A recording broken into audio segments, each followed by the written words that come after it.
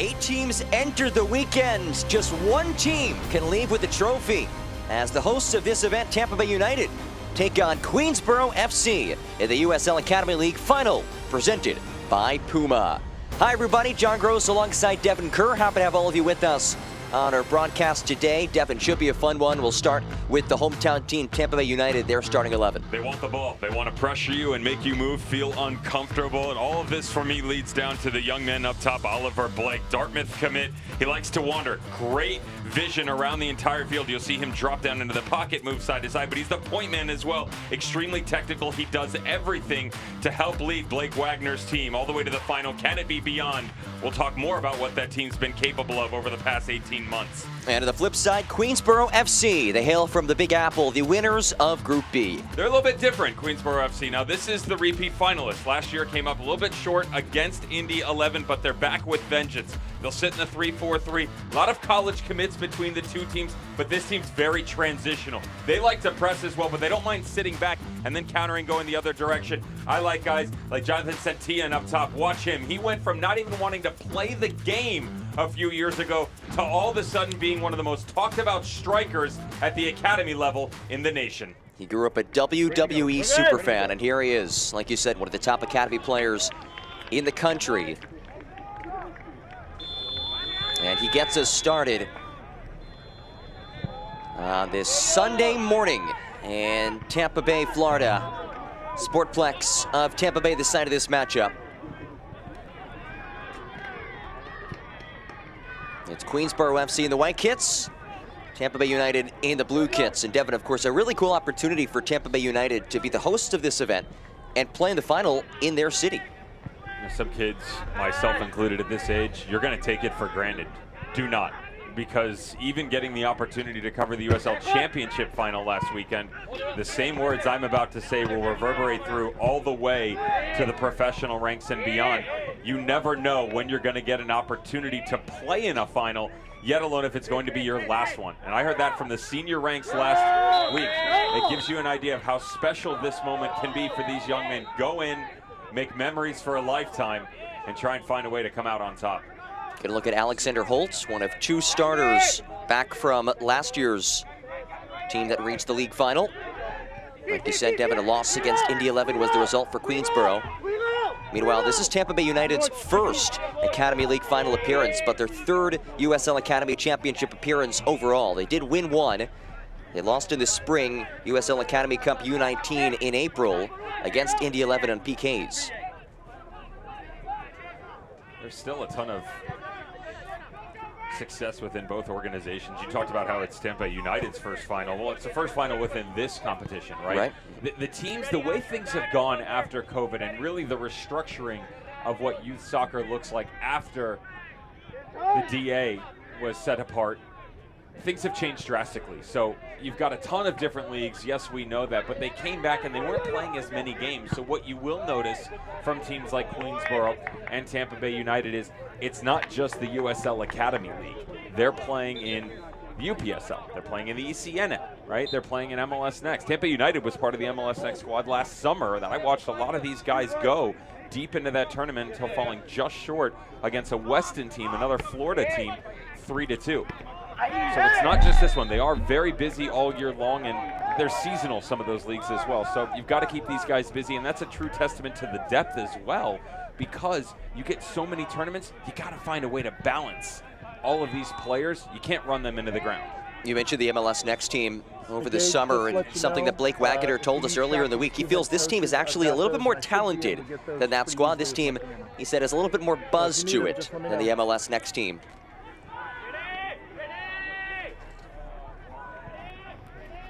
Tampa Bay United 2-0-1 at the group stages. 7 points, which led to all 8 teams as they claimed Group A.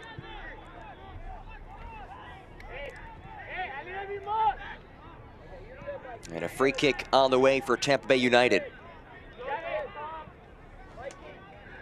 And the emphasis no longer on Oliver Blake with the number 9 up top for Tampa Bay United. One of the main focal points for sure, and you want to keep an eye on him, but tons of commits. Michael Malili, Tate Johnson, both UNC commits.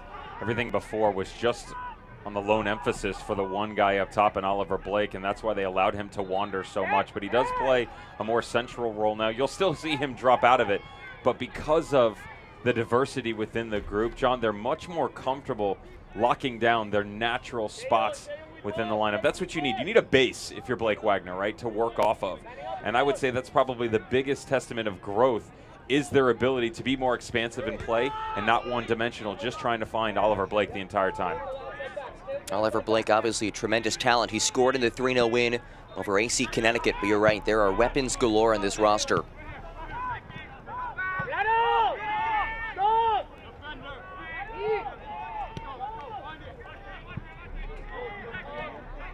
Ball trickles through to the foot of Asher Jones, who had it momentarily.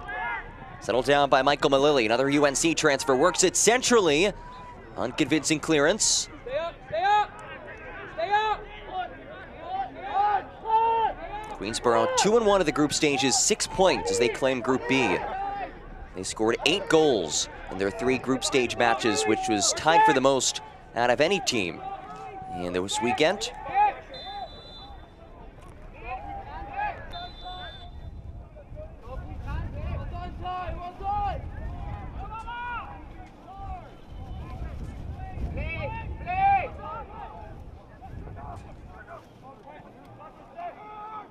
All knocked ahead and jarred out by Malili for a Queensborough throw. It's a team led by Diego Gomez, second year with Queensborough. This club began in 2021. Some repeat players from last year, some new players as well.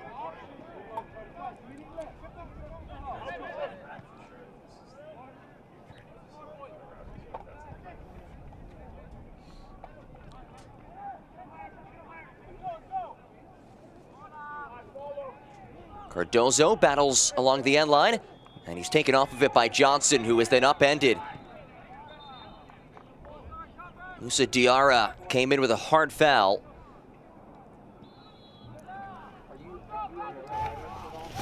This is one of the pro prospects in Tate Johnson, who signed an academy contract back in April with the Tampa Bay Rowdies, but it's a late challenge from Diarra, who's come real high. It's the side of the field that we're normally used to seeing, and he pinch backs in just a little bit late to it.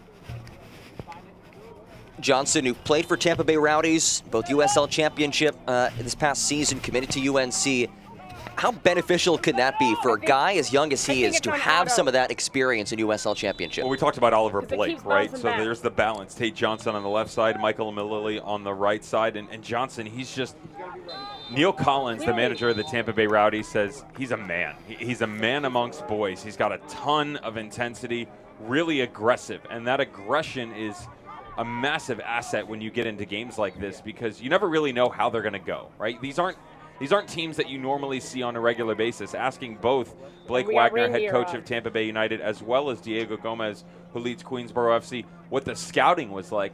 They both sort of had someone wandering around the tournament to keep an eye on other teams, but they don't see them regularly. So you got to go back and try and get some video. Okay, how far down can we go? So you rely a lot on the individuals to try and push your group a little bit further. Tate Johnson is one of those guys. He's also a player that you wonder, in the long run, does he go to college? How long is he going to stay there? You know, it's very difficult for these coaches. Carlos Samuano, who leads the North Carolina Tar Heels, you know, you talk to him, anyone within the ACC and really around the nation, it's difficult to judge what these players are going to do today, because the path to professional has become more direct, if you will. Not easier.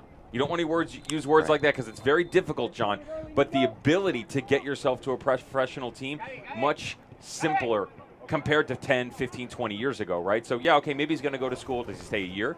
Does he stay 2 or 3 years? You're starting to see the landscape of college soccer replicate what goes on at the NCAA level, but for basketball. And certainly one of those events that offers the opportunity for that direct line to the professional level. A slew of these clubs are affiliated with either USL Championship or USL League One squads as well.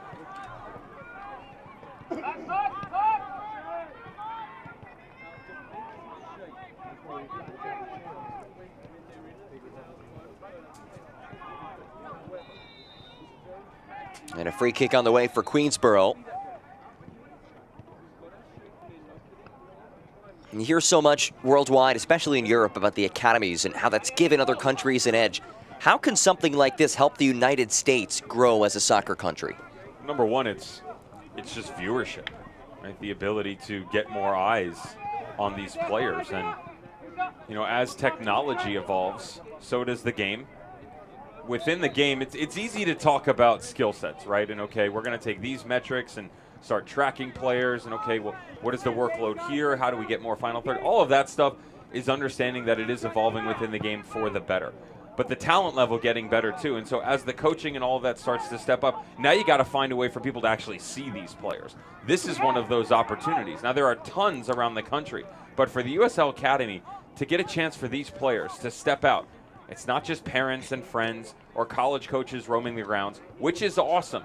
You're talking about people on a Sunday sitting at home. I mean, this is happy hour for the World Cup. Think about that. You know, the World Cup kicks off at 11 o'clock Eastern time. This is an opportunity for these young men to be a prelude to what could be in the future. You know, is there an opportunity for one of these guys to strap on a national team jersey? At this point in time, you don't know, but there's a good look at Santillan, Jonas Santillan, who comes down in. There's a lot of talk about him. We mentioned Oliver Blake, Tate Johnson, Saavedra, Cardoza. All of these guys carry such tremendous amount of talent. The question is who's going to see him, when? Because much like we're told, John, in our jobs, you never know who's listening. For these players, you never know who's watching your game. You got to take every single movement with a grain of salt in the sense of, this may be my last. You don't know who's looking at me. Again, some of these guys may not be going on to college. This could be the final game of their of their academy career, depending on what goes on in the spring in terms of knockout rounds and a final. Take advantage of that. Absolutely. Tremendous opportunity for all involved. It's the first of two matches that we'll have on YouTube today. We'll have the third place fixture later today. And an opportunity here for Tampa Bay United to try to build something forward. Haven't really seen either side maintain much possession in the final third. De Jesus rolls ahead. 1-2 back to De Jesus. Side steps. De Jesus works it to the middle. And an extension from Alzate.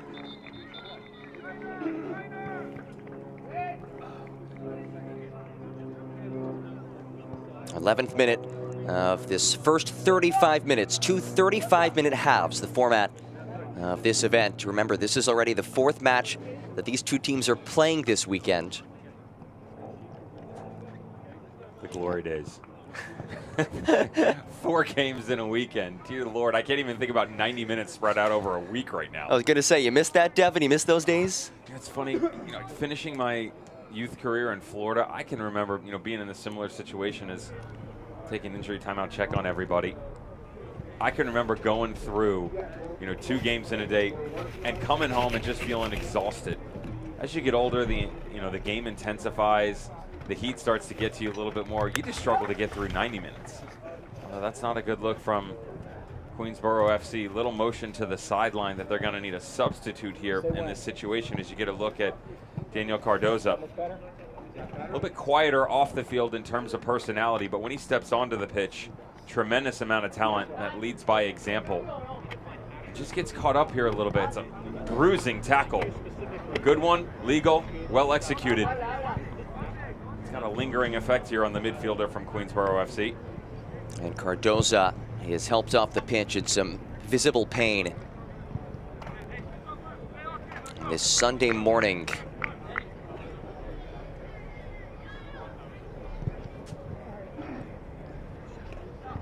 Send her absolute best to Cardoza.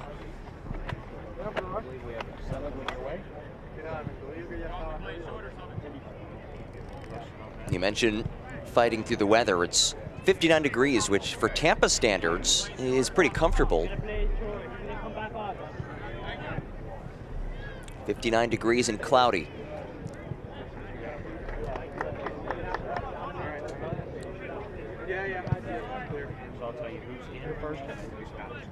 So Daniel Alzate will restart the action.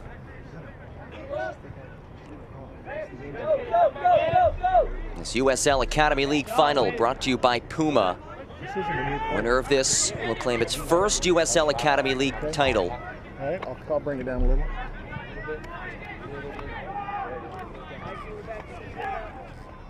Malili Serves one long. Malili, well-placed ball for Asher Jones. Able to settle. Jones! It's buried! Nicholas Skubis! 1-0 Tampa Bay United.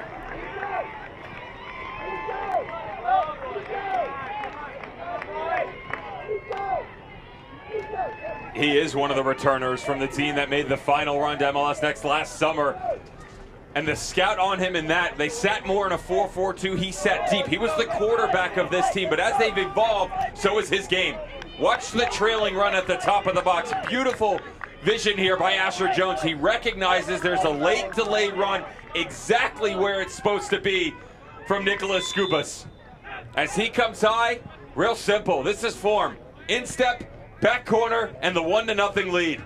And it's the young man who joined this club at the young age of 7 after his family moved from Chicago that puts Tampa Bay United in the driver's seat in the 14th minute. John, you asked me about impactful players, right? Could it be someone like Oliver Blake or Tate Johnson? You know, we talked about the college commits. Didn't even bring up Nicholas Skubis' name, but let's go back there. You just mentioned his age. 11 years he's been with this program. 11. I mean, that is unheard of in this day and age at the academy level.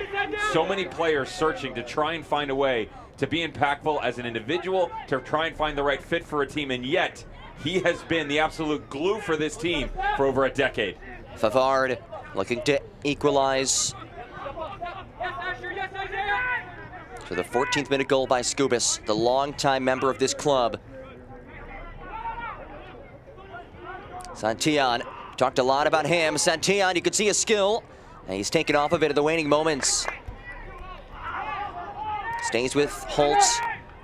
Favard trying to knock it through, and it'll trickle out for a goal kick.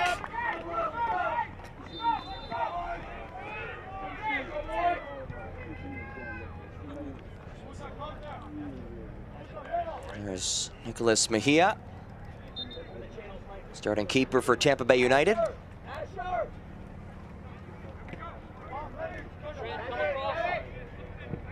Get up, second ball, Scoop, second ball, good test. Get there, Isaiah. Coming back around. Yep, 16, Asher, 16. Diarra with Malili alongside him. Santillan works in a cross, and just out of the reach of Enriquez. Good, get there, get there. Good throw. Get organized, back line, get organized, get organized. Queensboro 2-1 win over North Carolina FC, 3-0 victory over Chattanooga. They lost 4-3 to San Antonio in the third and final group match. They did rest some key players. They'd already booked their spot in this match. Tampa Bay United opened with a 0-0 draw against the reigning champs Indy 11 and beat New Mexico United 4-3 with a stoppage time goal by Daniel Lugo after conceding 3 goals to draw things level, and did things with a 3-0 win over AC Connecticut.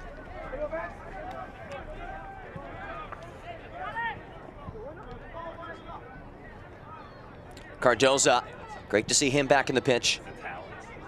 Favard.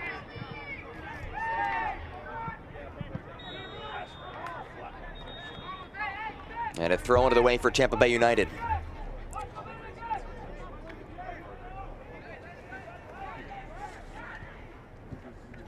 Tampa Bay head coach has the beard.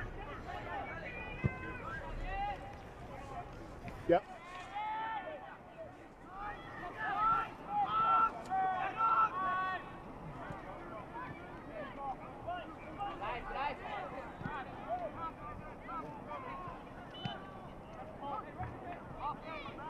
Holtz feed, intercepted, a looping ball, tests Mejia, no trouble. One of the biggest things we're seeing so far right now from Queensboro FC, pretty traditional in the lineup. You know, they go flat in the midfield, 4 across, but they've brought Hans Leza down to the inside. The idea is to try and create a man-on-man in a 3v3 situation. Because of Skubis, Isaiah Wilson, and De Jesus on the inside. They had a 3v2, so as Cardoza and Saavedra were sitting deep, that was enabling Tampa Bay United to get on the ball a little bit more. It's why they were able to get off their goal too, ball from a deep lying angle, and now you've got that trailing run, but now you bring an extra player in.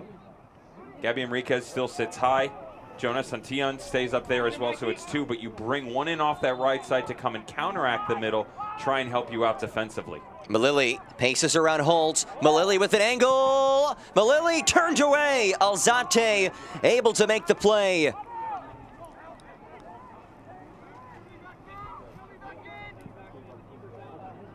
I mentioned all the leagues. UPSL Team of the Season, Daniel Alzate, for good reason. Excellent form by the goalkeeper. Takes a lot of courage coming off his line like that for the worry that there may be a ball coming square back across, but he closes the ground so fast, John. Again, you really can't take for granted how incredible some of these guys are in terms of talent level. He is someone who, Alzate, you know, they talk about his height being a little bit of an issue, that if he had probably 3 or 4 inches, you're probably looking at a professional goalkeeper already. But the team, though, you know, he's really good with his feet, but the team was decimated with injuries about the mid-season point. What did they do? They took their backup goalkeeper, threw him in goal, put Alzate in the midfield, and let him play as one of the 6s. He's incredible on the ball. That time, shocking as a goalkeeper, just being able to get it done with his hands. Versatility, right? Coaches always talk about it. Yeah, go save a pen and then get the hockey assist for a goal going the other direction. Let's go. Stay focused here.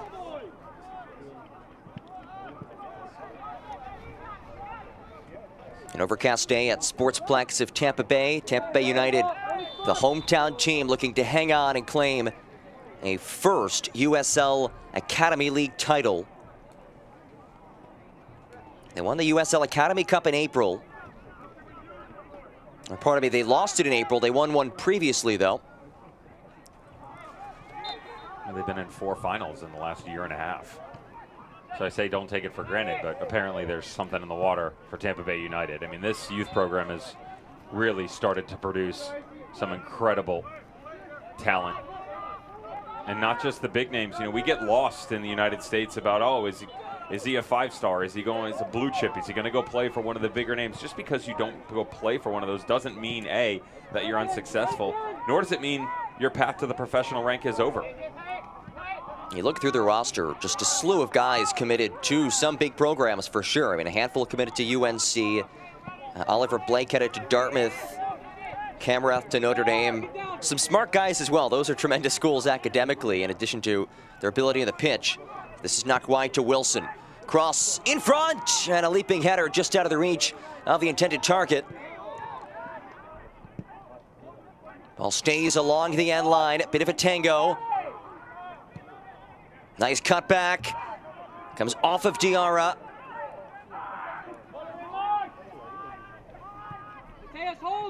Johnson. Skubis works it back to Johnson, who stays on it. Johnson has it knocked away. And now Queensborough can work it out of danger.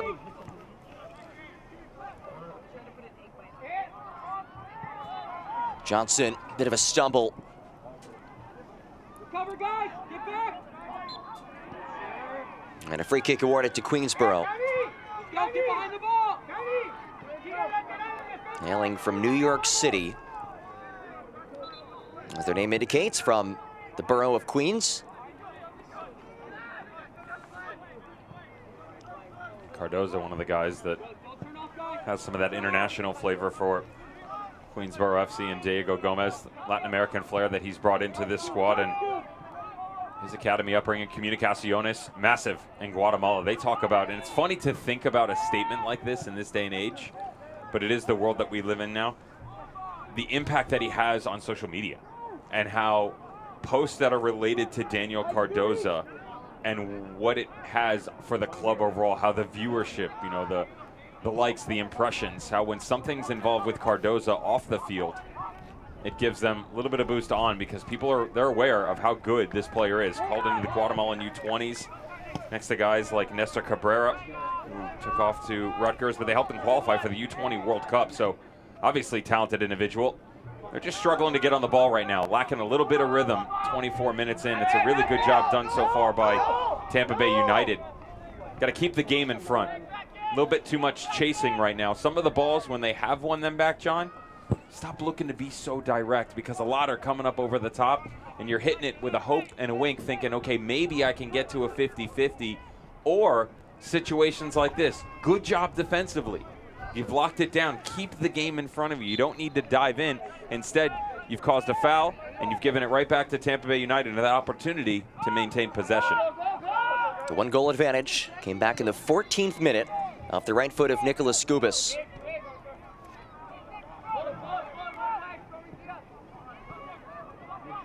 As we approach the final 10 or so minutes of this first 35 minutes, remember, 2 35-minute halves.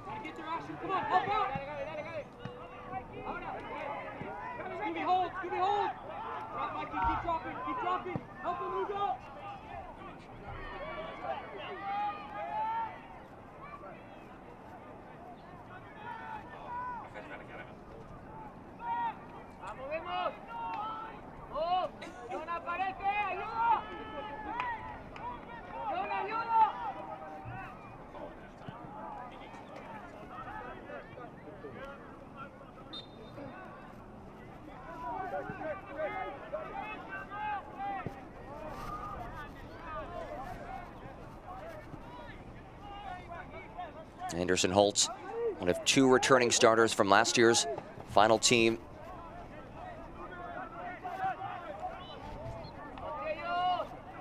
And a takeaway in the midfield.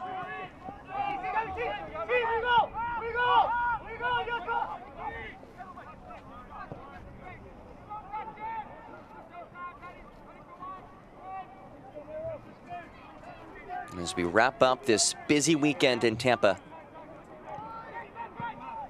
Final day of competition. Tampa Bay United looking to claim the trophy in their hometown. Here's Asher Jones with the assist on the goal back in the 14th. Johnson.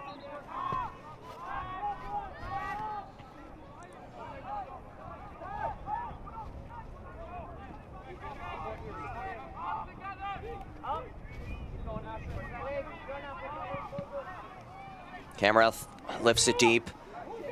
In stride for Malili, who's been very active on both flanks. Space to work in across, and it's cut out of there by Nick Wilson. Nick Wilson, somebody who's certainly been a bright spot for Queensborough in his second Academy finals as well. Scored the opening goal off a corner kick in the 2-1 win over North Carolina FC. He's been a mainstay in this back line. As Enriquez has a bit of space to work with. Gabby Enriquez, the San Diego native, works it wide to Diarra. Diarra marked by Lugo. Diarra takes him on.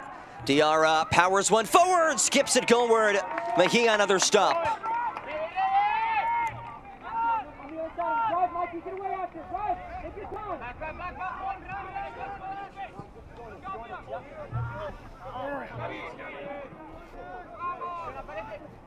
Leza.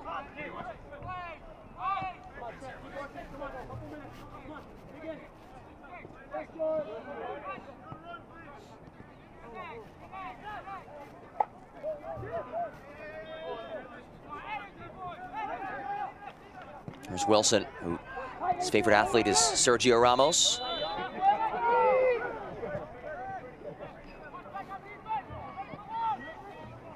Looping ball. Pretty well placed, kept in play by Wilson.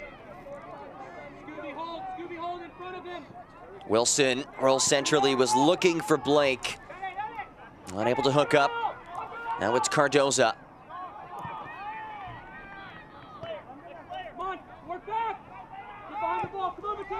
Saavedra was looking for Enriquez. Those two just not quite at the same page.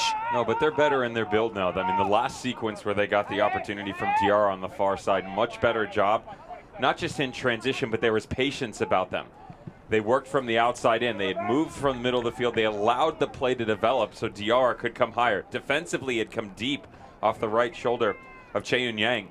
When you let him come high, gets into a one-on-one, you see the height.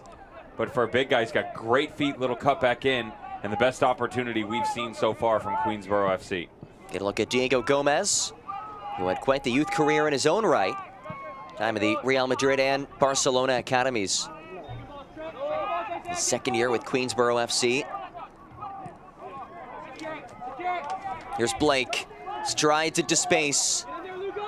Oliver Blake, one-on-one with Holt. Blake chops it through. The cut from Jones. Jones works it centrally. And nobody on the receiving end of his feed. Keep going, Scoop. Keep going, Mikey. Step one, Scoop. Saavedra, a bit of room, pops ahead. And Mejia races off his line to scoop it.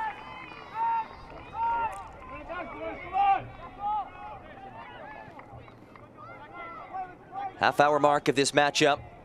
14th minute goal by Nicolas Gubis, the difference so far.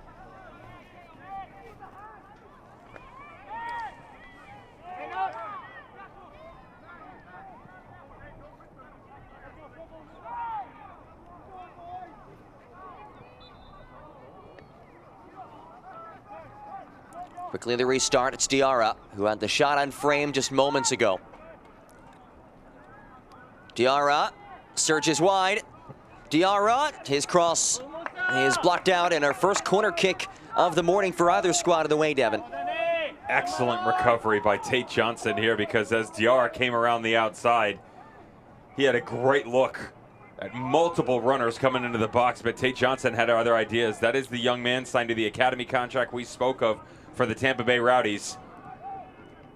Committed to North Carolina. Carlos Samuano somewhere smiling for the defender that could be of the future.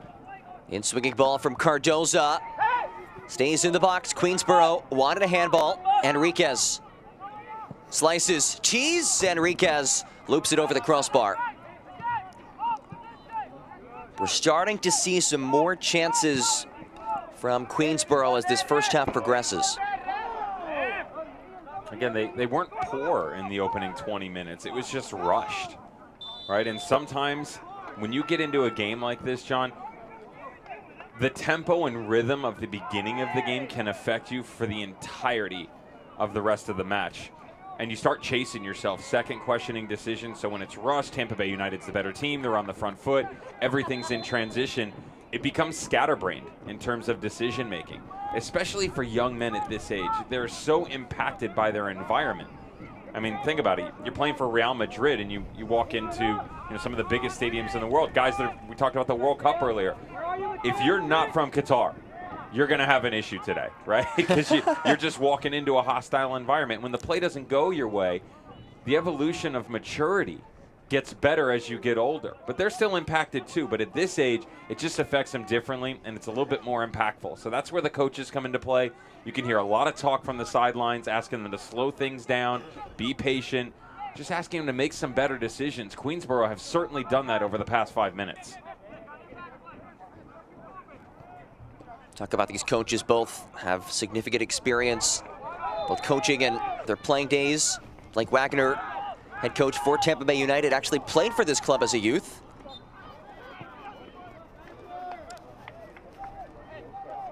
Free kick on the way for Tampa Bay United. Blake Wagner, not only did he play for Tampa Bay United, he's from Tampa. So he said this is just a really special opportunity for him to not only be able to coach for his one of his childhood clubs, but to possibly bring a trophy to his city.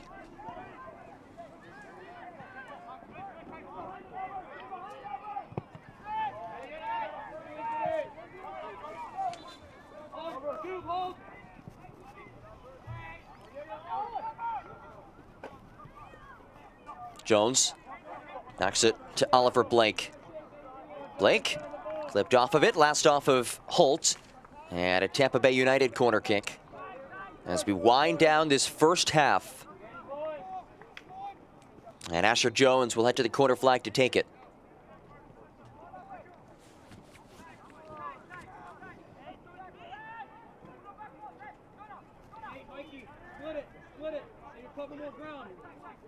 I can't see where the damn ball is. Low cross from Jones, no trouble by Holt on the clearance. Malili pops it right back where it came from.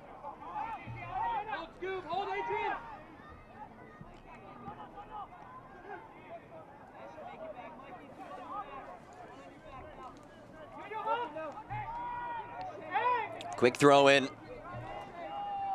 Some numbers ahead. Through ball just a bit heavy out of the reach of Isaiah Wilson.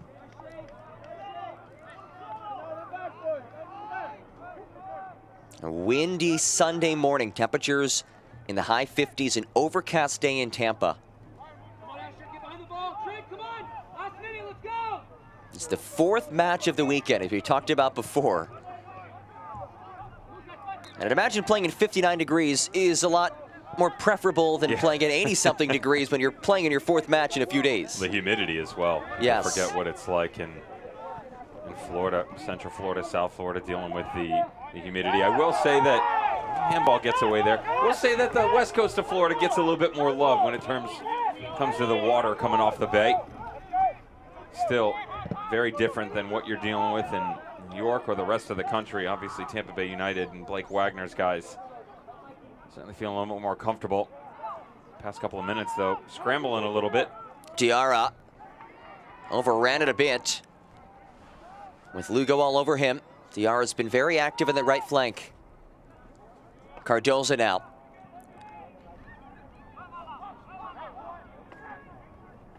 Jojo Favard. Cardoza once more. Just 1 minute of added time as we wrap up the first half of this USL Academy League final, brought to you by Puma.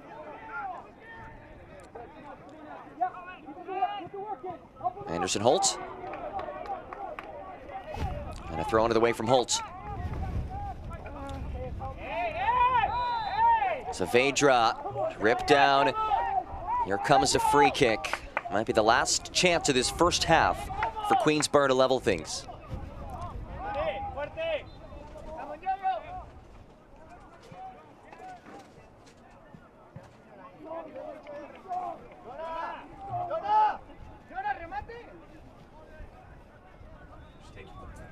Take your time here in these situations. From this distance, a little bit more difficult. You can see the off angle. You rely on someone like Daniel Cardoza and his ability from set pieces to try and find one of the bigger bodies. Guys coming off the back line, Nick Wilson, Santillan. Cardoza, that ball trickles through. Johnson missing in the clearance. And it ricochets out to Blake. And there is the whistle. I think Blake wanted to play on there, but referee does not grant it. And that'll bring us to the midway point of this matchup. 35 minutes in the books. 1-0 lead for Tampa Bay United at the break. The 14th minute goal, the difference in this one, as the hometown team has the 1-0 edge at the break. Halftime here from Sportplex of Tampa Bay. We'll be back. Stick with us. You're watching the USL Academy League final, presented by Puma.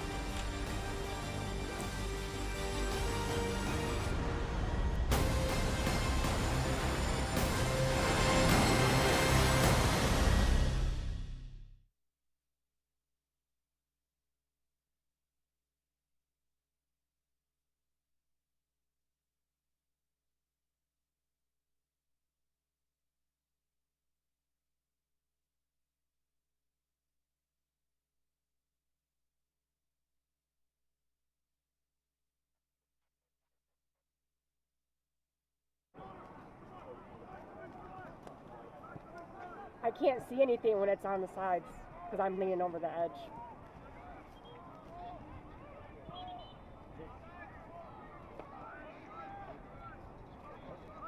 Let's keep it, Blue. Come on.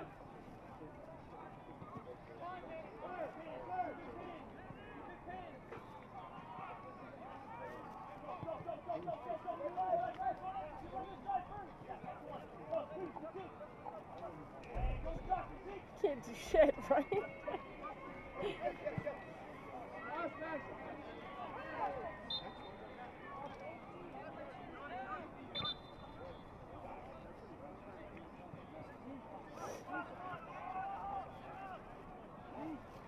Gage, we're going to swap out batteries on the low camera, so we'll set to the second. We're going to go off the first second. One is running off AC, so yep, we're good to go.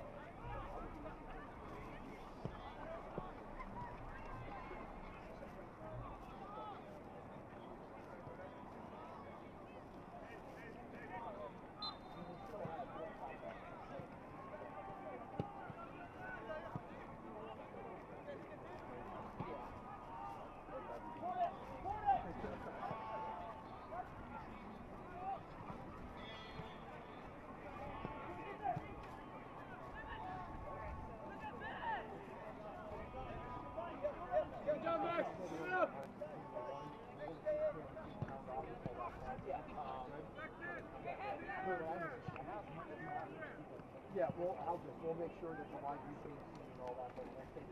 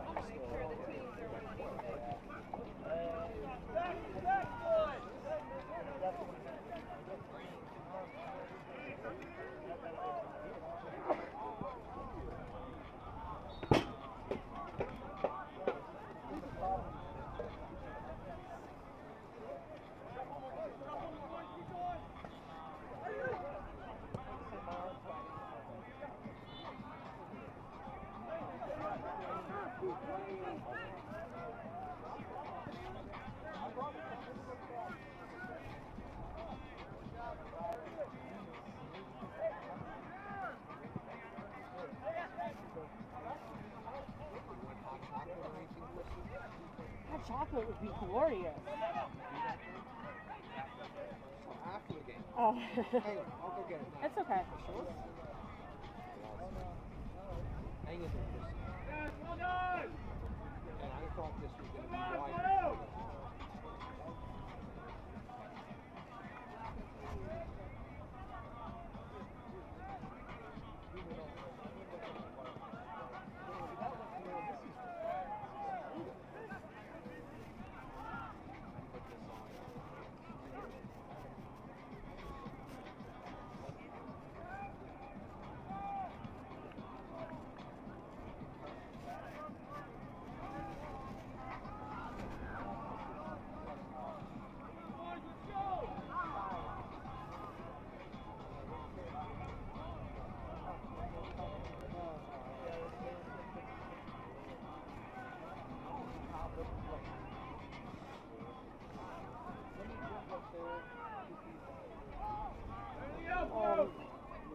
Okay, where do you want? Where am I supposed to go? No, you can stay right where you are. It's perfect. Okay. And our little baggie for the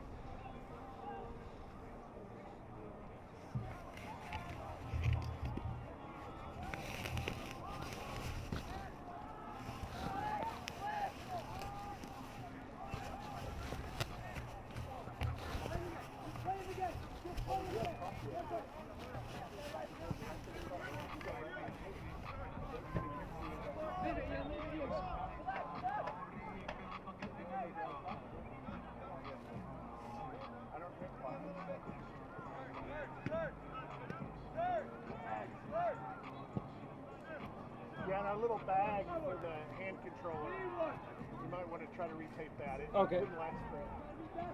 I just hope the rain holds off. Yes.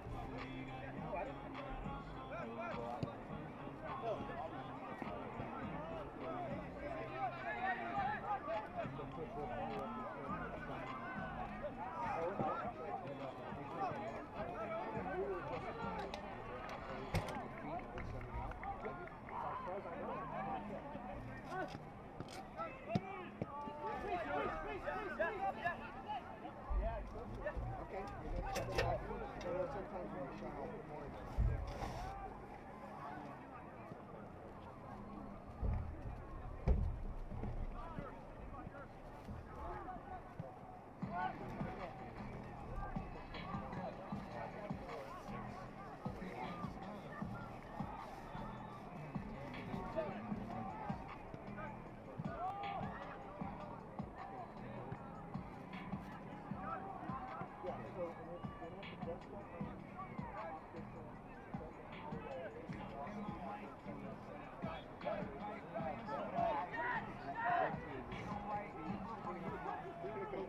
Huh?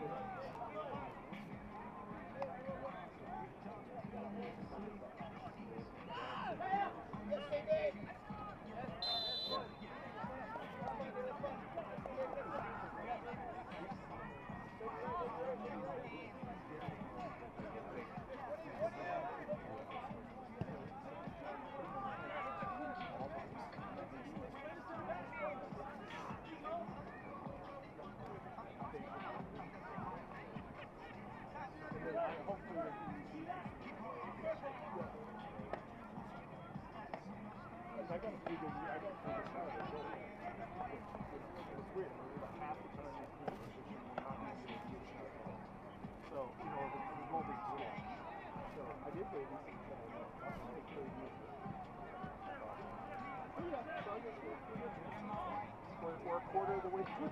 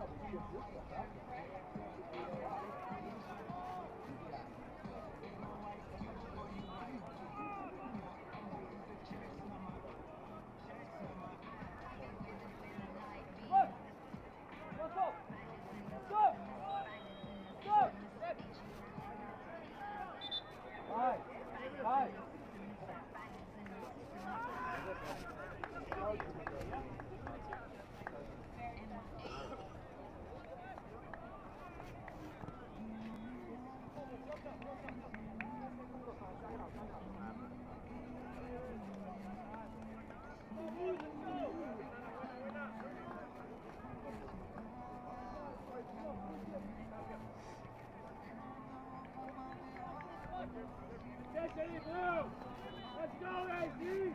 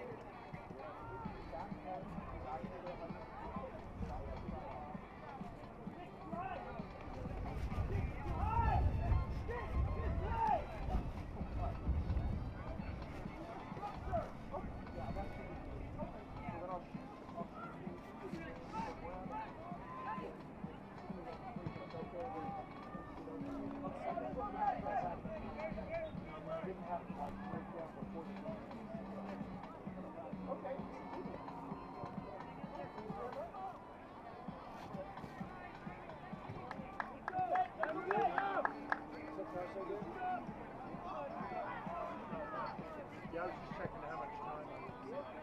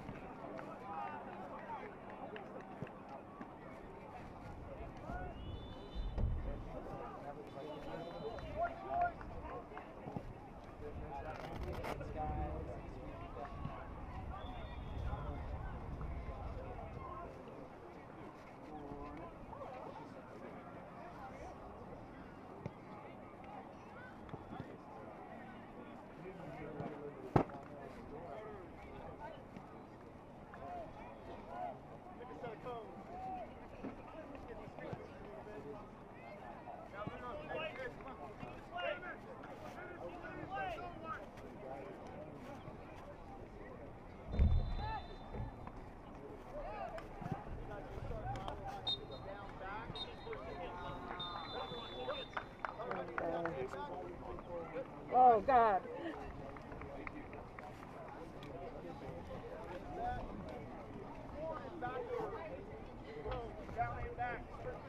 Exactly. We'll pay you, but if you don't do it.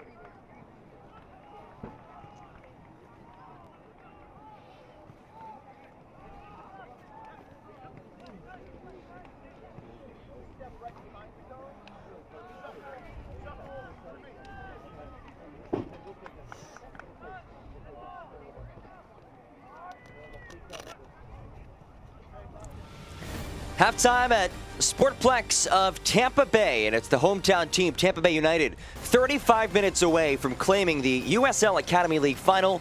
Would be their first USL Academy League championship.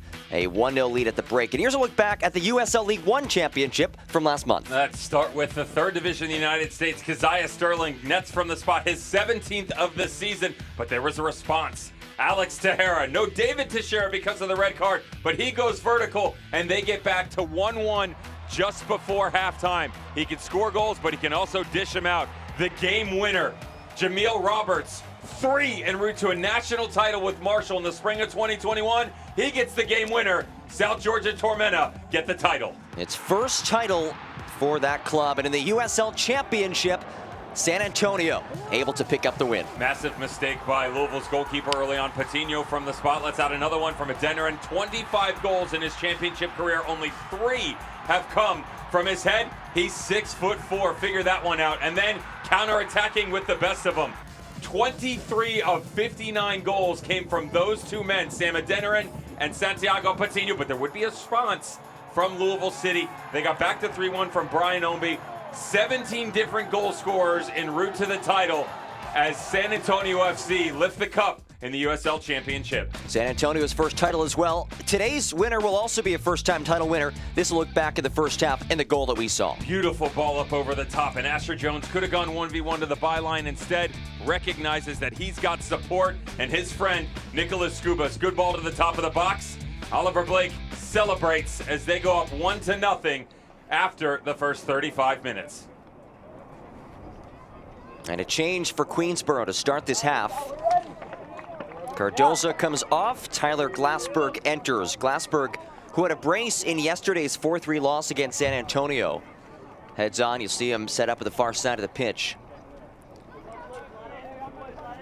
35 minutes left to play. Winner claims the USL Academy League title. Queensborough lost in this match a season ago. This is Tampa Bay United's first USL Academy League title appearance. Although, as we talked about in the first half, they're no strangers to championship matches in general. Skubas, who had the goal back in the 14th. The low cross from Blake is knocked out. A corner kick for Tampa Bay United. John Gross alongside Devin Kerr. So happy to have all of you with us for this USL Academy League final, brought to you by Puma.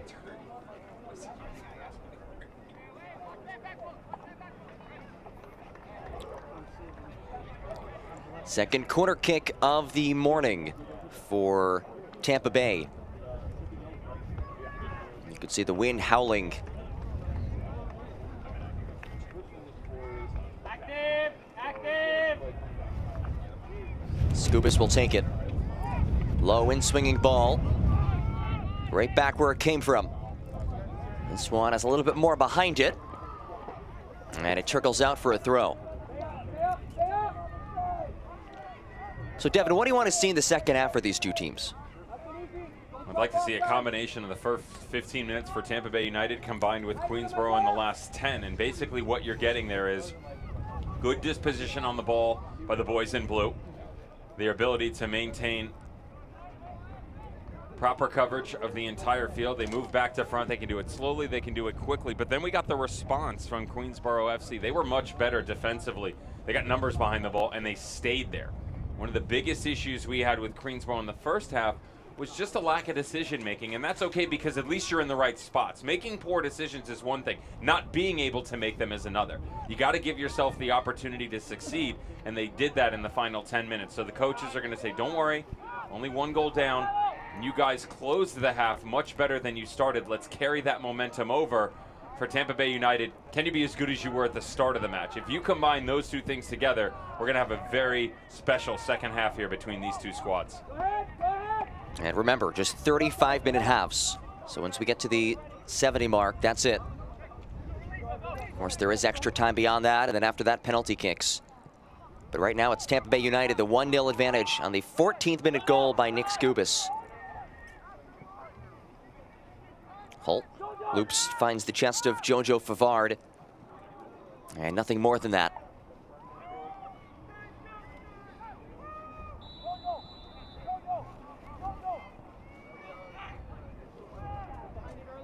Flag is raised, offside. USL Academy was established back in 2019.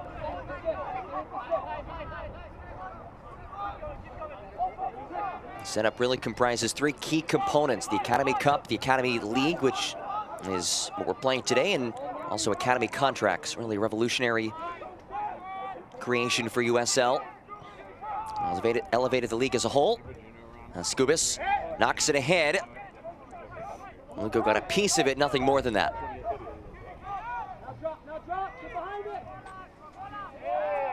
Saavedra tripped up, and a quick restart. Here's Diarra, who had a couple of flashes of brilliance in the first 35 minutes. Diarra cuts it to the middle, was looking for Santillan. His feed cut away. De Jesus paces over the midline.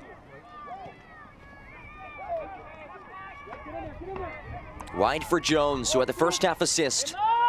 Jones marked by Holt, and Favard clears it away.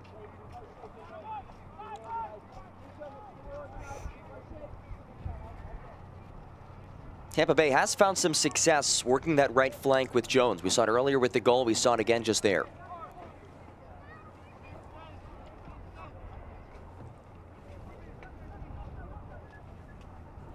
Malili, the North Carolina commit, taken off of it.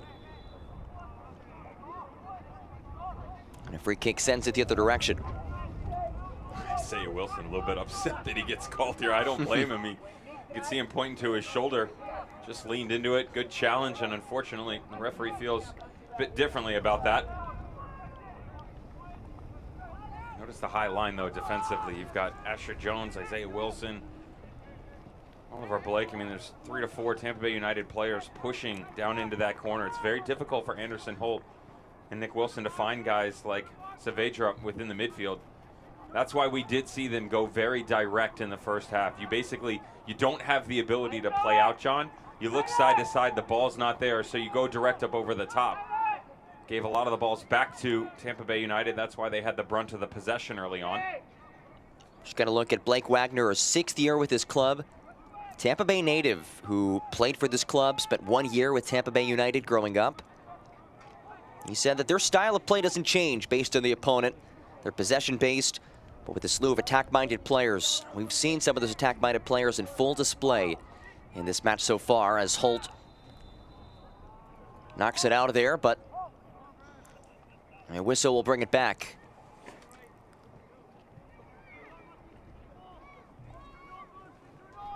Stay on the stick.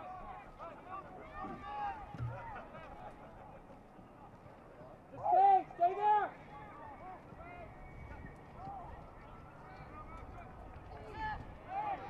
Our challenge, they play on. And now a whistle. And a card comes out, our first booking of the match. And it is Isaiah Wilson who's shown the yellow. Oliver Blake's still upset about the challenge on him about 15 seconds prior. I don't blame him. Yep. Little shove from behind. Some payback, that one right there. Got away with one, and then Isaiah Wilson, it's not just the challenge there. Yeah, that's a foul, but the card because of the persistent infringement. He didn't like the call against him a couple of moments prior. We talked about that shoulder-to-shoulder down in the corner that he got called for and just talked his way in with the referee.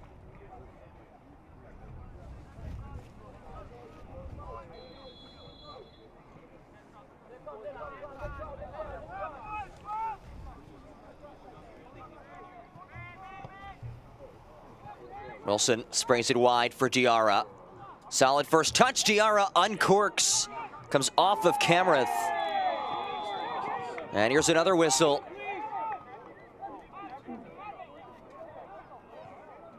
Saavedra covering his face, and a yellow card has shown another booking. This time Daniel Lugo shown the yellow.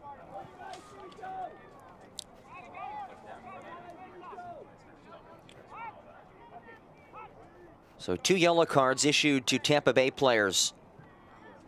You saw the foul committed by Lugo, who's been instrumental to Tampa Bay's success this weekend. The stoppage time winner against New Mexico United last match. Also scored against AC Connecticut. It sets up a golden opportunity for Jojo Favard and company to equalize.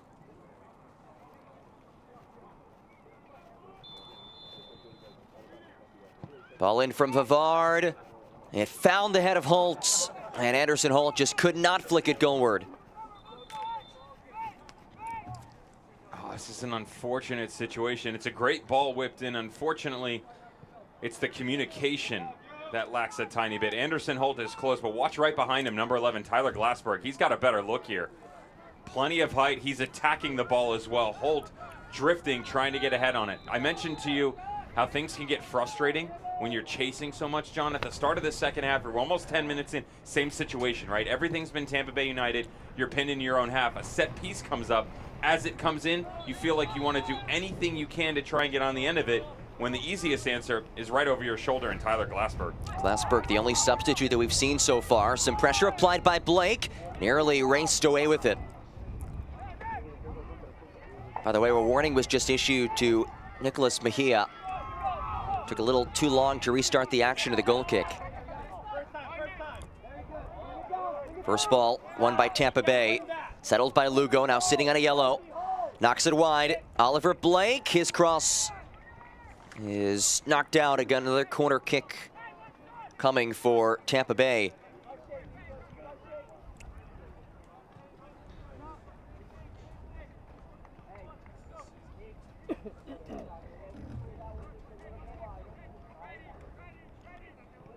Tampa Bay, 7 points in the group stages. That the most points accumulated by any of the 8 teams in this weekend.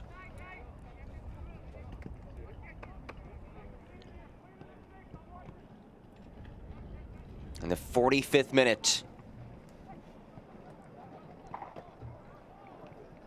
And we'll send things to the opposite corner flag.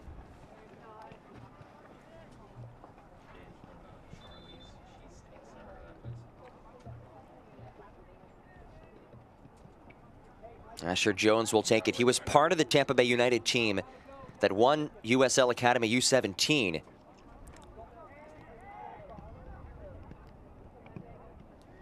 In swinging ball towards the back post. Deflects off the foot of Lugo and a goal kick.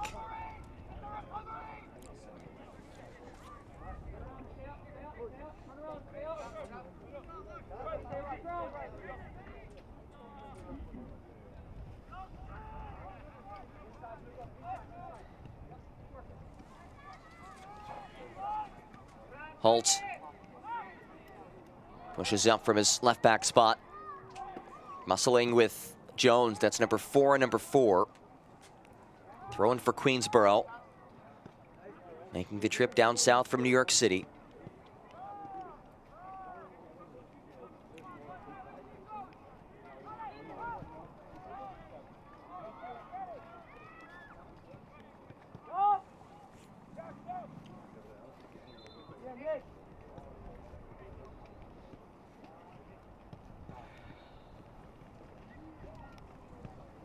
And we'll get a substitution for Queensboro. Nick Wilson comes off. Thomas O'Rourke will enter in his favor.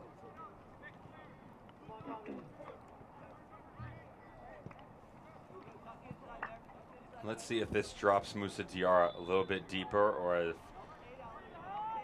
they're going to allow this to stay. Thomas O'Rourke primarily operates within the midfield. The idea would be Jae-Yoon Yang to come to the central, Diarra onto the back line, and you bump O'Rourke up into the middle. Here is the aforementioned Diarra.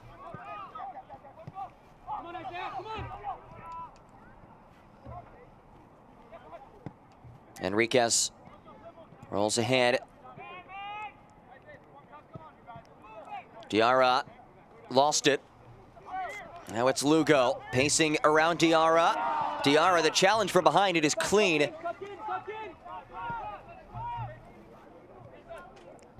And Diarra now with some options. Enriquez knocks it through. No trouble for Mejia.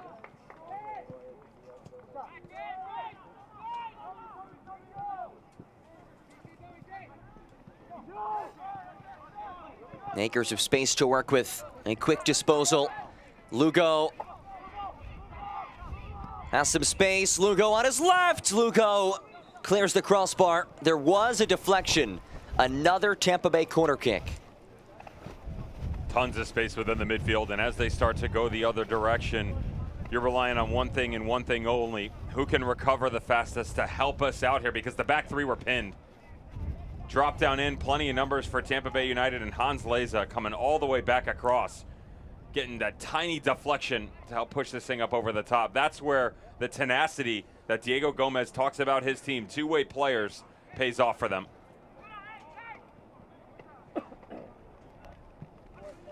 Again, a corner kick. And an acrobatic effort is to no avail. Goal kick for Daniel Alzate.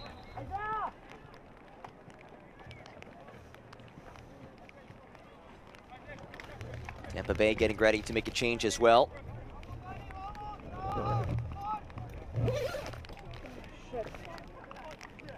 Isaiah Wilson will come off. Daniel Frere will replace him. As the rain starts to trickle down here at Sportplex of Tampa Bay.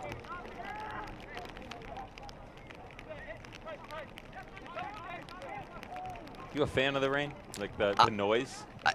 Right? I'm a little bit. Depends. I'm sitting here. I feel like I just need a blanket. Right. Comforting, sit back, watch the guys play, enjoy Grab myself. some tea. Yeah, you know, I don't know. Some bread and butter, Nutella on top.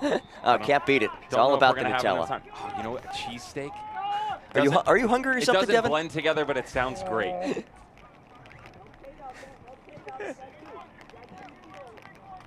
We'll see if this precipitation has any sort of impact on the match itself. It's a pitch that has been pretty well played over the last few days.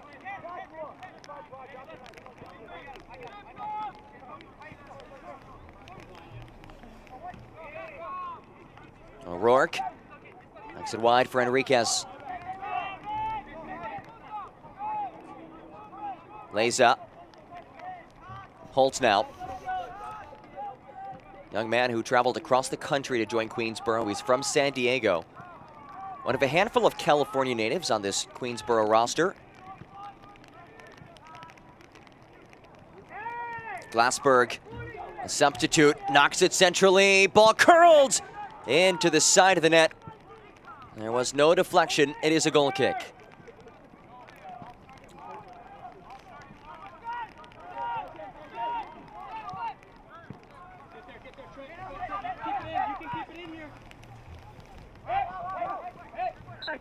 See anything. You look at the buildup of these rosters, and a lot of guys in both teams are from their respective areas, but there are a handful of players who have traveled quite a distance to play for these clubs, which, Devin, really speaks volumes of the quality that these clubs offer to these players. Families are uprooting themselves, right? Travel across the country. I mean, old school. I mean, you're going back to the late 90s. I can remember for my teams, I would, travel 30, 45 minutes at times. I know guys who would drive across the state, again, finishing in Florida. I had guys in, the Orlando area that were coming down to Boca Raton, Delray Beach area to train with us. Traveling for tournaments, obviously a lot easier. But an entire family, I mean, that's dedication, and probably putting it delicately. Well, no travel needed for Tampa Bay. In their hometown, looking to claim a trophy. And they are less than 20 minutes away from doing that. Already the 1-goal lead, looking for more. There's Fair, the substitute, the nutmeg. And a bit too heavy as it's scooped up by Mejia.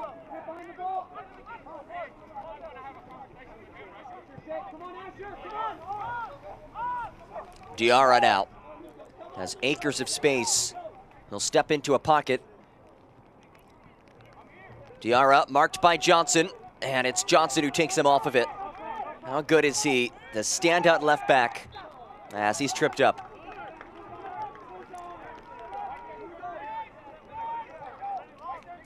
Tate Johnson played for Tampa Bay Rowdies in the USL Championship this past season.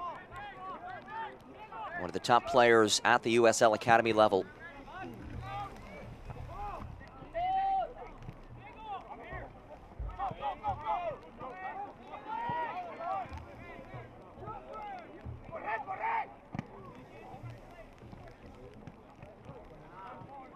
Saavedra had a toe on it. It'll be a Queensborough throw as we march towards the final stages of this match, which will bring us right into kickoff of the opening match of the World Cup. Could you drop a prediction? Could you tell the people who you think is going to win it all? Win it all or win the game today? Win it all, win it all. Oh, win it all. Putting you on the spot here. I mean, I like the Brazil squad a lot. They impress me. Here comes Oliver Blake. Possibly can put the finishing touches on this. Off the woodwork. Nearly a second goal for Tampa Bay United.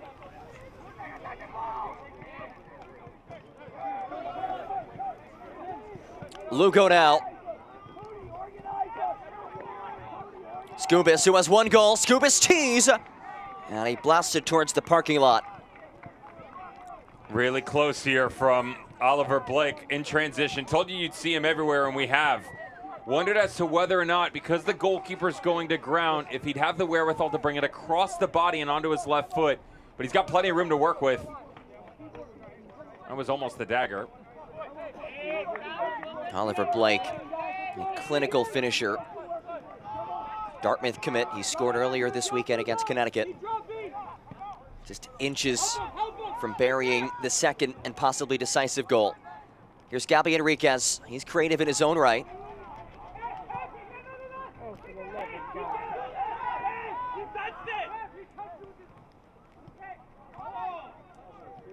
Some dispute from the Queensboro side. Might have been pleading for a handball.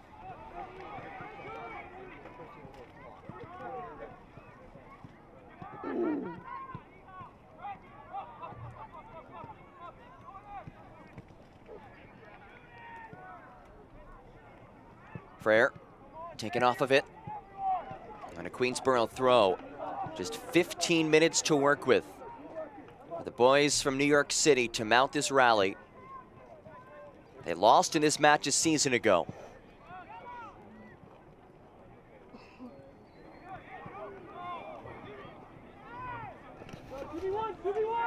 Numbers for Tampa Bay. Ball knocked through, well-placed ball. Even better played by Alzate.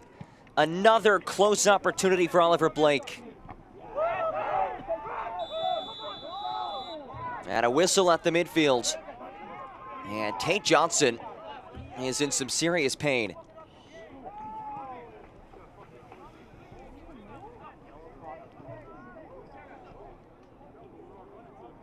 Gabby Enriquez booked for the foul. That is Johnson in some major discomfort. We'll take a look back at this whole build-up, the chance and then the eventual foul.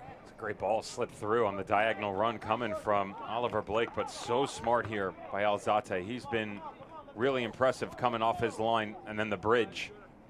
You know, a lot of times you'll look at challenges like this, and this is a positioning thing, John, where if you get to that spot a half second sooner, your body's not sliding into the player. Instead, you're going straight vertical if you're Gabby Enriquez. As you continue to get older and you mature, the positioning becomes everything. It's not about talent, it's about your IQ and what it takes to get you to the next level. That's where Tate Johnson just read it perfectly. Got there a little bit earlier and causes Gabby Enriquez to get himself into trouble. Johnson, somebody who certainly knows about getting to the next level, but remember, these are such young players, all teenagers, but a massive stage, a massive opportunity for these two squads. The top two teams out of the 8 teams that entered this weekend. There were 65 teams nationwide that tried to qualify for this event. Top team in each nationwide division made it. Tampa Bay claimed Group A with 7 points. Queensboro, the Group B victors, with 6 points.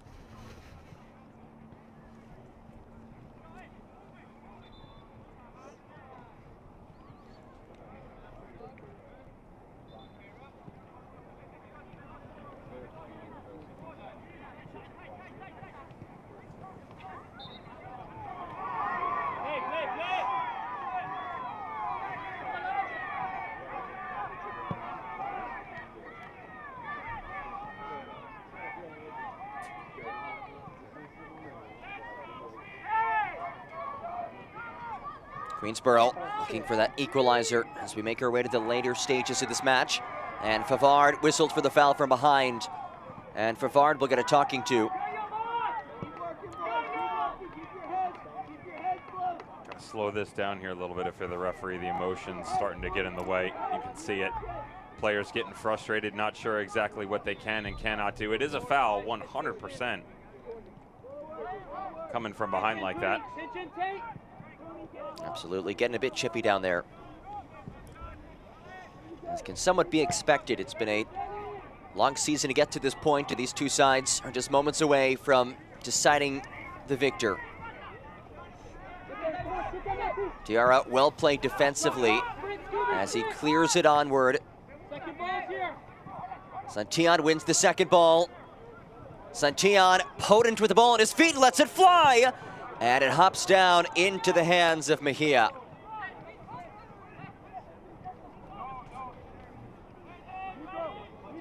That's frustration by the striker who scored 30 goals in their 2021 spring season. But he reads it well. He's come down so deep that from that distance, he knows it's gonna have to take something special. But John, when you're Jonas Santillan and you haven't seen a ton of the ball and the way the team's playing right now, you gotta find a way to make an impact on the game, and he's certainly searching for it. Asher Jones, options on his left, has 1 assist already, chips it on, Frere turns, and almost. Tampa Bay, multiple times in the second half, has come oh so close to that dagger.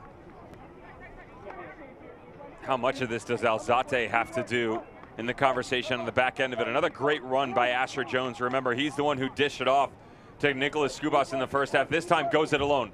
Look at the change in speed and acceleration. Distance one way, there is a little touch there from Alzate. Good goalkeeping, tons of players in front of him, and able to maneuver the pack and push it aside. It's another save for Alzate. But once more, a corner kick for Tampa Bay. Alzate got his fingertips on it, but not enough. It's a second and possibly the dagger. Who else but Oliver Blake? And Tampa Bay can taste the title in their hometown.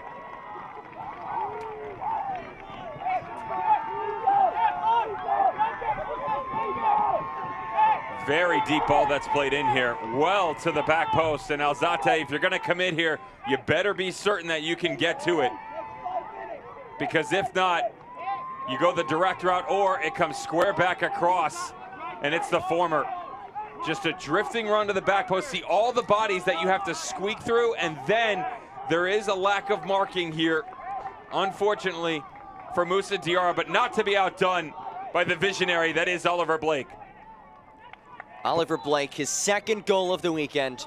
We've talked so much about him, what he brings to this roster, and he delivers in the most critical of moments. And Tampa Bay 10 minutes away from claiming the title. And it's desperation time for Queensborough.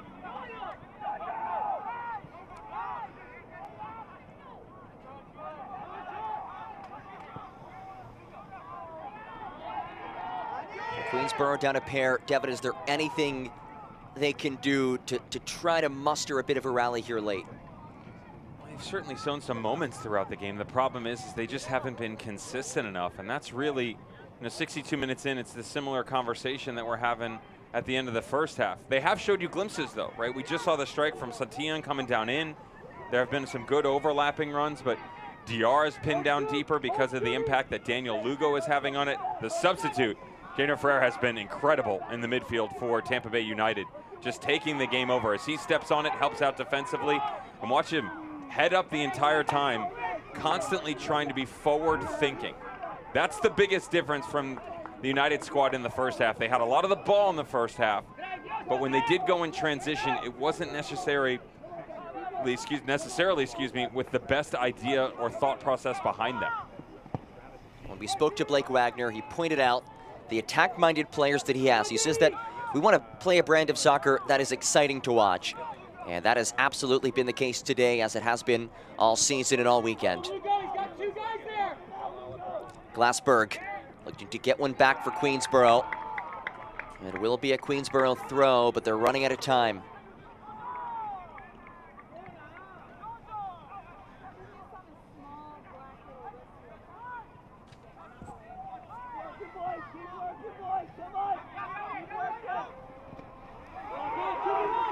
And this could be a third. Numbers with Lugo. Works it across. Blake back to Lugo. Cuts, rolls, and deflects out for a corner. Well done by Cheon Young to turn away a golden goal-scoring opportunity. It should have been 3 if not for the center back. Cheon Young coming back over. Notice his head. He's got a rough job to do here because on the cut by Daniel Lugo, he's still got the run over his left shoulder that he's got to be cognizant of. Heads up play there. Maybe too little too late because they're down 2-0. See what I did there? I appreciate that. Yeah, gotta have a little fun, bud. It's all about fun of the game. But he does make a massive impact defensively to keep the third out. Oliver Blake a little slow to his feet. Another corner kick. This time, not as threatening. You saw Yang, who wears number 23. He wears that in honor of his teammate, Ming Guxiu, who was really the top player for Queensborough. He suffered an ACL injury earlier this year, a guy who Diego Gomez said as, quote, just at another level than a lot of these other guys. So Yang paying tribute to his teammate.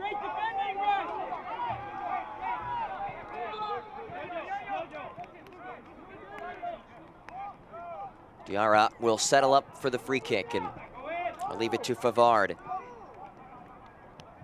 Won't be many chances left for this Queensborough squad. You figure this is one of their better opportunities in the waning moments.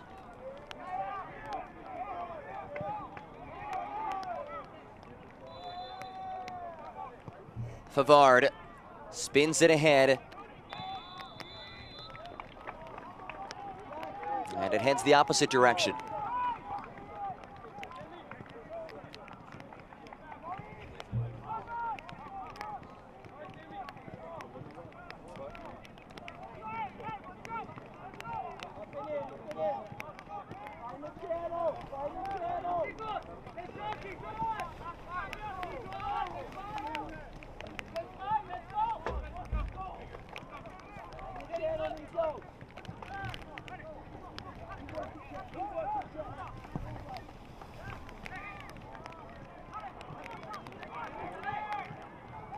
Glassberg battles, wins the sided throw.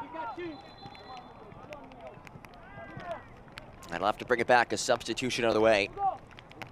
Sami Jadid will head on for Tampa Bay.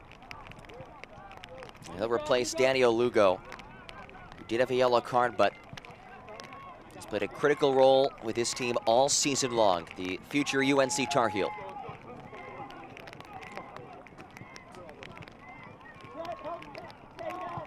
Jadid enters as the rain trickles down at Sportplex of Tampa Bay.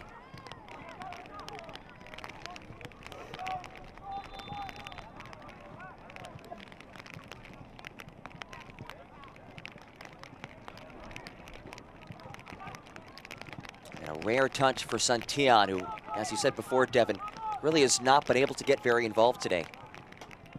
Credit defensively to Tampa Bay United, who have just been so incredibly consistent within their play. And you know, at the youth level, you don't necessarily see that a lot. A lot of times you can see individual standouts that can take over a game. There's nothing wrong with that.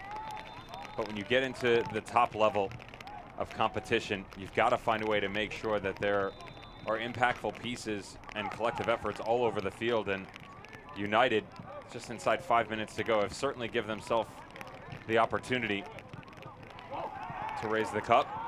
Blake rolls it through a foot race, and Alzate able to clear it back. There was a whistle behind the ball. It's actually a yellow card that comes out against Glassberg. So Glassberg, pardon me, Jojo Favard has been booked.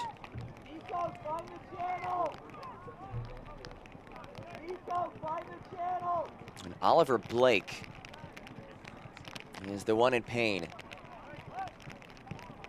Oh, come on.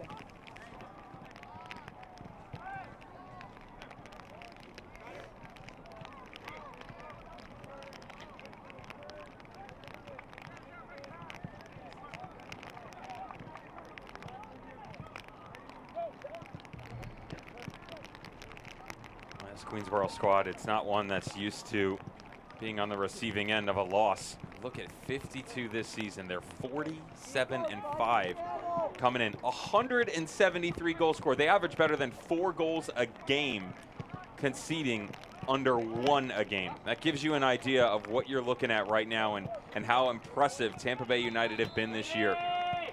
Queensborough FC, the finalists last season, who dropped against Indy 11. Indy 11 get an opportunity later on today, assuming the weather holds up, fingers crossed, against North Carolina FC in their youth academy to challenge for that 3rd place. Falling just short once again, but a tremendous run over the past 12 months for Diego Gomez and everybody at Queensborough FC. And it's only the 2nd year of this club. It was established in 2021. They have some repeat players from last year's squad on this year's team as well, as Santiago Balza gets ready to enter for the final minute or so.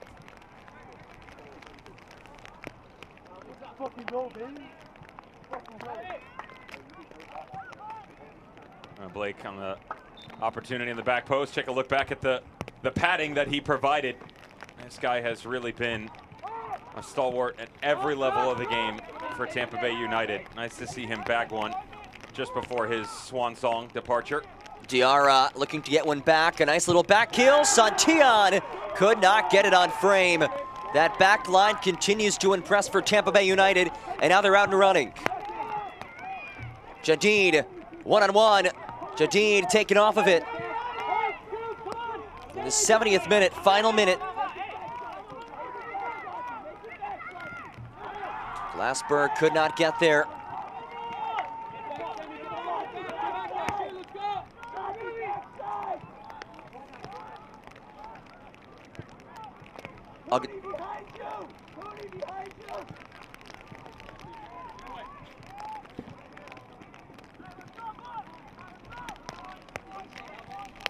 We have reached 70 minutes, and now the question is stoppage time.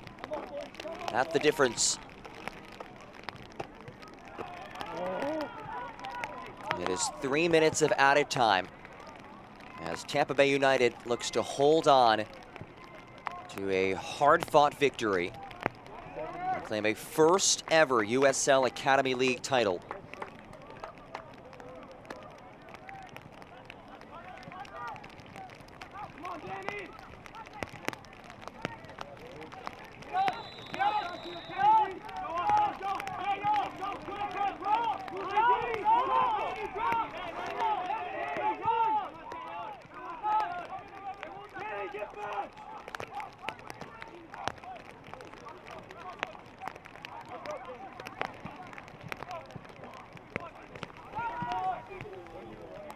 Ball pinballs around, popped up by De Jesus.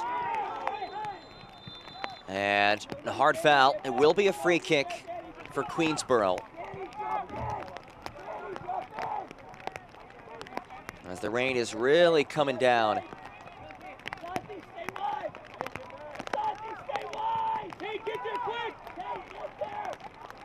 The third place match that you mentioned earlier, that's slated to start at 1:30. Indy 11, the reigning champs, against North Carolina FC. We'll have that broadcast for you right here on YouTube. Pavard's ball. Header won by Holt. And flicked out of there just for the moment. Favard once again.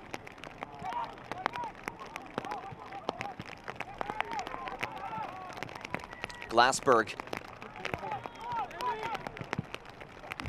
Rolled centrally.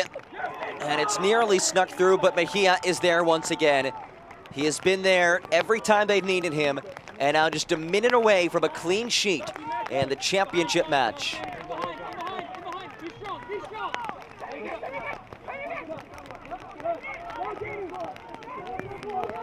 Balza. Jockeys along the touchline. Physical play, free kick awarded to Tampa Bay United.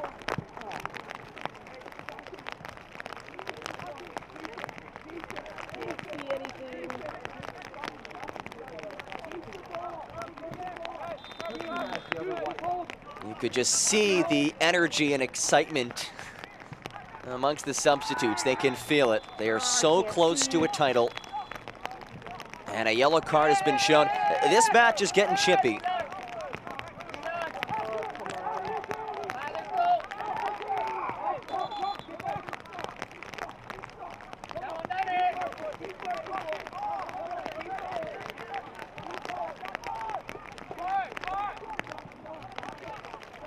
Come on.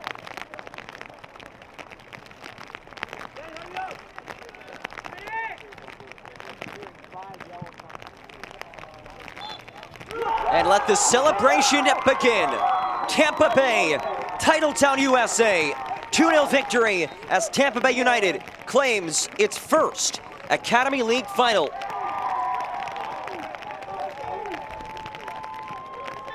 Blake Wagner, head coach who used to play for this club as a youth, leads them to the promised land. And they can hoist the trophy in their hometown.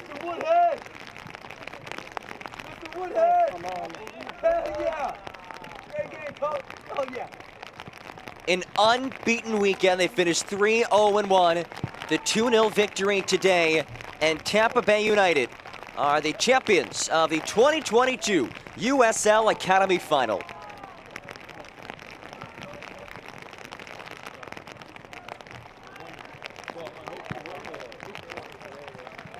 Queensborough falls for the second straight season in the final. Certainly a valiant season for them. We told you before about how dominant they've been this season, but Devin, today was just all about the play of Tampa Bay United. Great combination play from this team from start to finish, and that Queensborough team needs to hold its head up high because they've been beyond impressive over the course of the year. And yet, it was going to take something special. It certainly was from the boys in blue, whether or not. From the first whistle all the way till 70. College commits, pro prospects, all that mattered today was the beautiful game and the run of play that we saw from the home squad. And they bring the trophy home to their hometown, in their hometown. What a special situation as Tampa Bay United comes away with a 2-0 victory. And we'll take a look back at how this match went down. The winner of Group A versus the winner of Group B, and we started in the first half. I have the long ball up over the top. It's simple to talk about Asher Jones and Nicholas Skubas, but if not for the vision of Isaiah Wilson to come direct up over the top, find that diagonal down into the corner, you're not talking about the beautiful finish that is the combination of Jones to Skubas and the 1-0 lead. 1-0 to score at halftime, and then at the 60th minute, the hour mark. They were the better team all day long. There was no doubt about that. The question was going to be, was there going to be a special moment from Queensborough FC to get them back into it? That was answered as most emphatically, no. Oliver Blake on the back post adds the padding. Second goal of the day for Tampa Bay United, and they have their title. Tampa Bay United, 2-0 victors to claim the 2022 USL Academy League final. Jubilation for the hometown squad, the third clean sheet in 4 matches for Tampa Bay United. Their defense was stout all day and all weekend, as Blake Wagner and company claim the victory over Queensborough FC in a rain-soaked Sunday morning in Tampa Bay. We'll have the third place match for you at 1:30 between the reigning champs Indy 11 and North Carolina FC. But for now, a 2-0 win for Tampa Bay United. Big thanks to all of you for joining us today for our coverage on YouTube. For our entire crew, my partner Devin Kerr, I'm John Gross. As take a look at the two teams rallying together, Tampa Bay, understandably so, very excited with their results, and a third clean sheet of the weekend. Defense has been stellar throughout.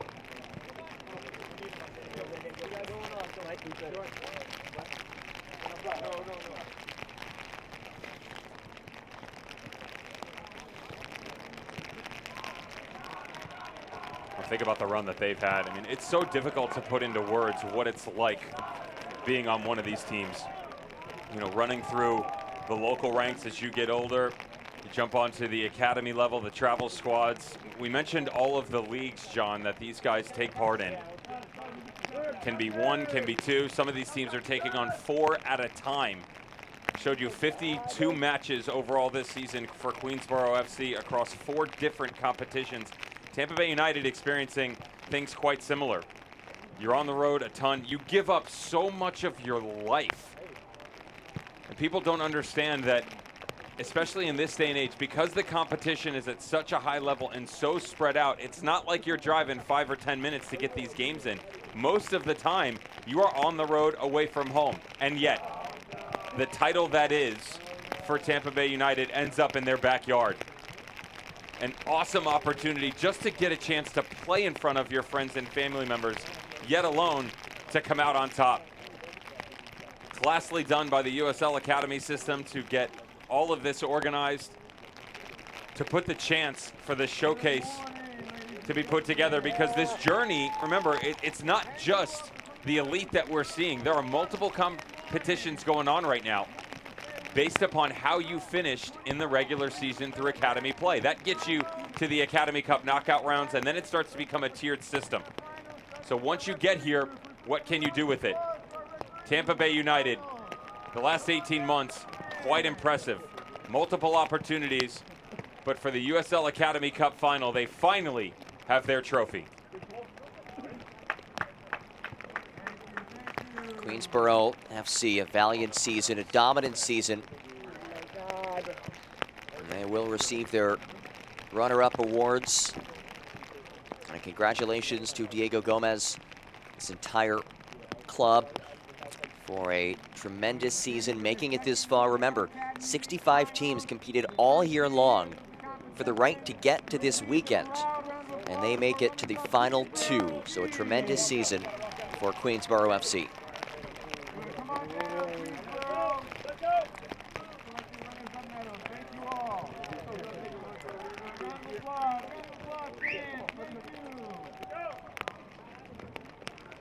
This hurts. And I've been there before. You know, I've been the last one up there that's gotten an opportunity to raise the cup, and you know, also having to come through. You just played your heart out all weekend long, given everything that you have in the final 70 minutes of this game, and now you've got to walk across knowing that for 2 years running, this Queensboro FC team has come in at runner-up. But keep your heads high. You know, it's not just the performance here today. The opportunity, yes, but there are going to be other chances for these young men to continue on in their careers, some of which will be later on this academy season and other competitions, some of which will be at the collegiate level. Guys like Daniel Alzate that have pro aspirations, the goalkeeper that came up big this time this season, UPSL team of the season, certainly has to be thought of as one of the goalkeepers of the tournament. Seems like a lonely walk, especially because of the conditions right now, but a bright future ahead, laying in waiting for all these young men. Absolutely. Remember these names, the future stars of soccer in the U.S.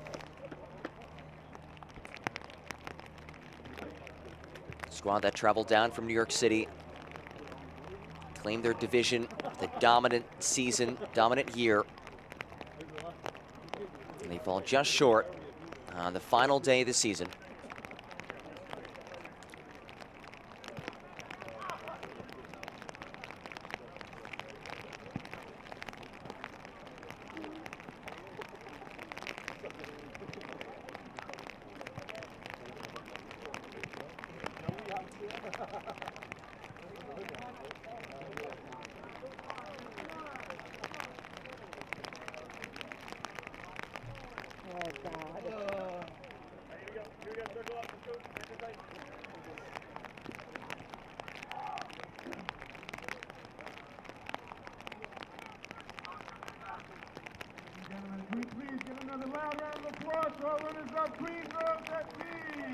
So congratulations to Queensboro FC, the runners-up in this 2022 USL Academy League. And now you get a look at the winners.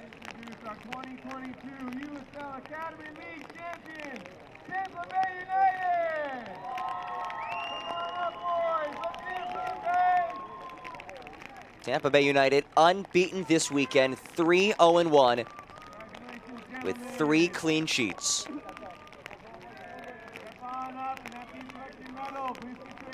And Blake Wagner and company bring a trophy. It doesn't have to travel all too far to get to its final destination.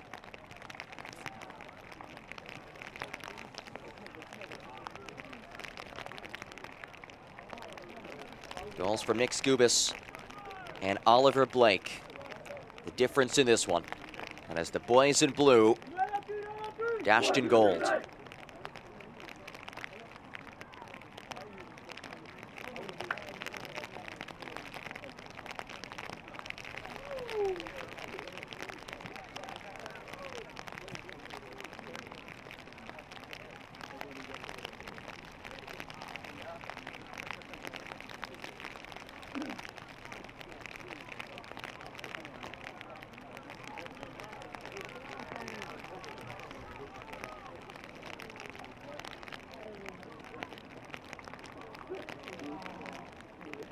Been to this situation before in that this is their 3rd USL Academy Championship appearance.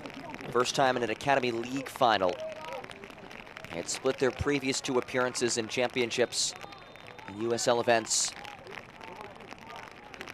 But today they come out on top.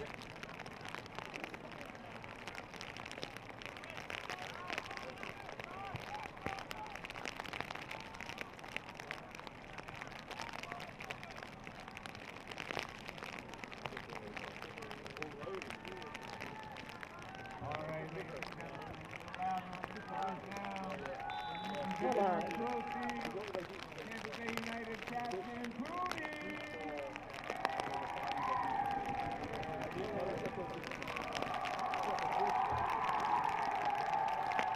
Yes. The hometown Oh my team God. claims the hardware. What a special moment for this city and for this club.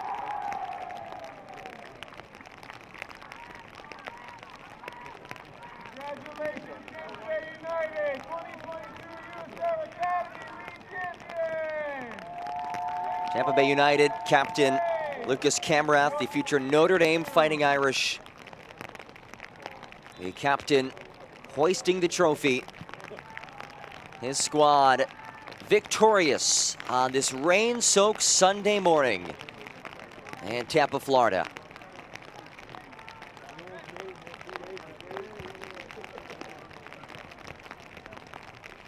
And a jubilant day results in a Tampa Bay United trophy.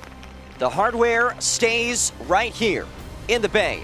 2-0 the final. So for our entire crew, my broadcast partner Devin Kerr, I'm John Gross saying so long. We'll have the third place match in just a couple of hours. This has been the USL Academy League final, brought to you by Puma.